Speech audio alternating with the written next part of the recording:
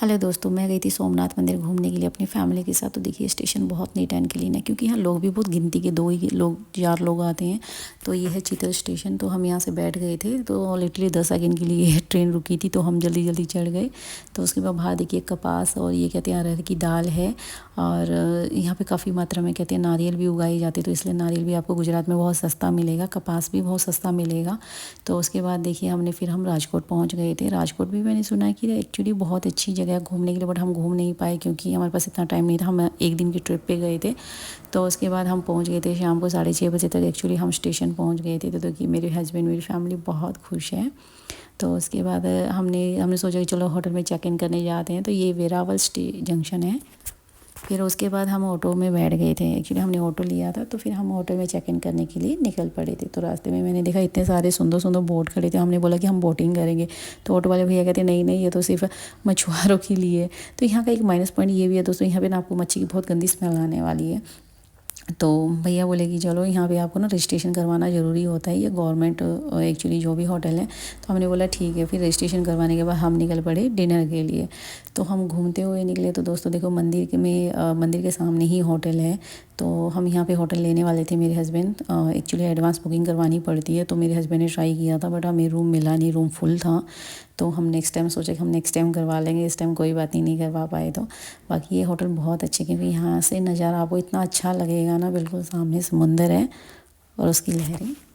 और इस होटल के बाहर पार्किंग का भी बहुत अच्छा ऑप्शन है दोस्तों। तो फिर उसके बाद ना मेरे हस्बैंड बोले कि खाना बाद में खाते हैं, हम एक राउंड लगा के आते हैं। मैंने बोला चलो ठीक है।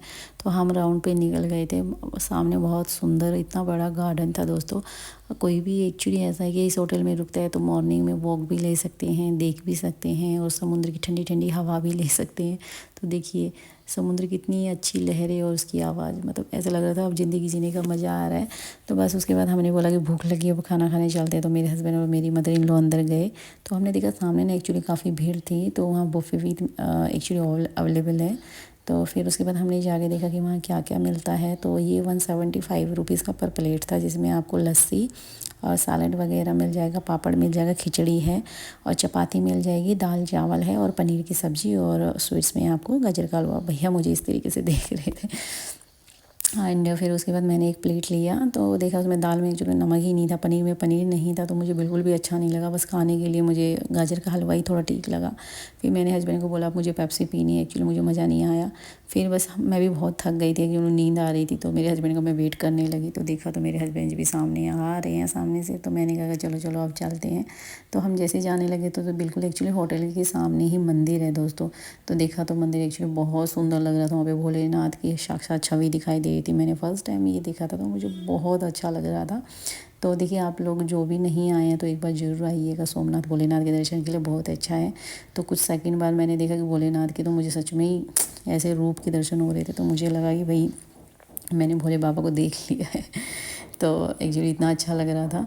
तो फिर उसके बाद एक्चुअली मेरे यहाँ पे एक माइनस पॉइंट भी है दोस्तों, जो मैं बताऊँ मुझे पता नहीं था। मुझे मॉर्निंग में ही पता चला कि यहाँ पे आपको ना फ़ोन लेके जाना अंदर अलाउड नहीं है। मंदिर में एंट्री गेट में आपका फ़ोन, पर्स और आपका कोई भी स्मार्ट वॉच है वो आपसे ले लेंगे। तो बस फिर उसके बाद मुझे यहीं पे निराशा हुई काफ़ी कि मैं अंदर का कैप्चर नहीं कर पाई। इस टाइम दर्शन के लिए बहुत अच्छा टाइम था, बिकॉज क्योंकि सारे महाकुंभ में मेले में एक्चुअली बिजी थे। तो यहाँ पे हम बहुत आराम से दर्शन कर पाए।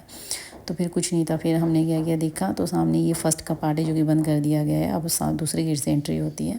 तो मॉर्निंग में 6:30 बजे तक हम निकल गए थे। मैं अपने बाबू के साथ निकल गई थी और अपनी फैमिली के साथ निकल गई थी। सुबह बहुत ठंडी ठंडी हवा चल रही थी, सच में बता रही हूँ।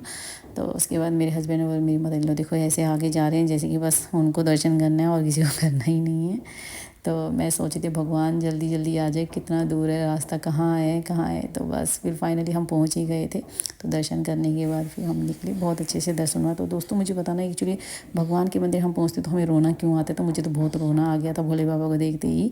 बस फिर हमने मॉर्निंग में एक्चुअली हमने खाना खाया, खाना क्या ये नाश्ता किया हल्का फुल्का। फिर हम निकल गए ऑटो बुक करके दर्शन के लिए बाणगंगा।